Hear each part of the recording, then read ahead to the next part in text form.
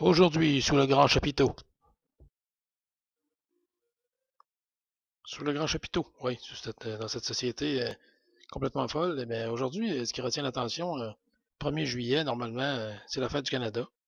Donc, à la grandeur du Canada, ça devrait être la fête du Canada qui retient l'attention. Mais au Québec, depuis déjà plusieurs années, ben, c'est pas vraiment la fête du Canada qui retient l'attention, c'est le déménagement.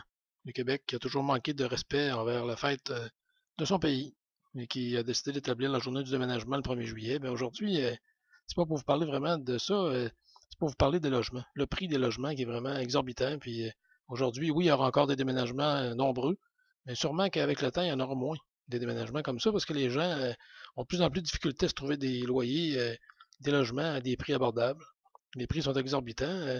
En l'espace de 3 ans, un logement à Québec, qui est la ville d'ailleurs en ce moment au Québec où les logements sont le plus chers, plus qu'à Montréal encore, ben, à Québec, les logements qui étaient, supposons, à 525 il y a 3 ans, se trouvent aujourd'hui entre 650 et 700 par mois. Et pourtant, ce sont toujours les mêmes loyers minables, parce qu'à ce prix-là, c'est un loyer plutôt minable qu'on a. Il y a pas de luxe, il n'y a pas grand-chose de fourni avec ça, et parfois même, il y a des coquerelles de fournis avec. Alors, c'est ça. C'est en 3 ans, là, on peut dire que l'arrivée massive, trop massive d'immigrants a causé ça. Parce que, personnellement, je me rappelle, moi, pour avoir été à Québec, à Limoilou, en fait, avoir demeuré là il y a 3 ans, euh, il y avait beaucoup de logements durant l'hiver, surtout, qui étaient restés à louer durant tout l'hiver, qui étaient pas capables de les louer, particulièrement les demi-sous-sols. Ça demeurait à louer tout l'hiver. Personne ne voulait louer ça.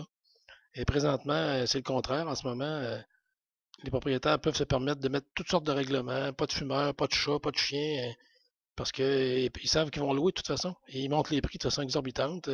Comme je vous ai dit, en l'espace de 3 ans, les prix ont augmenté de 100 et 150 par mois pour des loyers qui sont très, très ordinaires, voire même dans certains cas minables.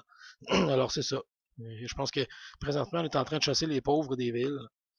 Et c'est dommage parce que ça enlève la chance à des gens de se trouver des logements et parfois même de se trouver des emplois dans les villes. Et pourtant, en fait, c'est une forme d'abus des propriétaires qui sont backés par les villes. Parce que les villes, eux autres, plus que les loyers sont chers, plus qu'ils peuvent se permettre de charger des taxes plus chères aux propriétaires.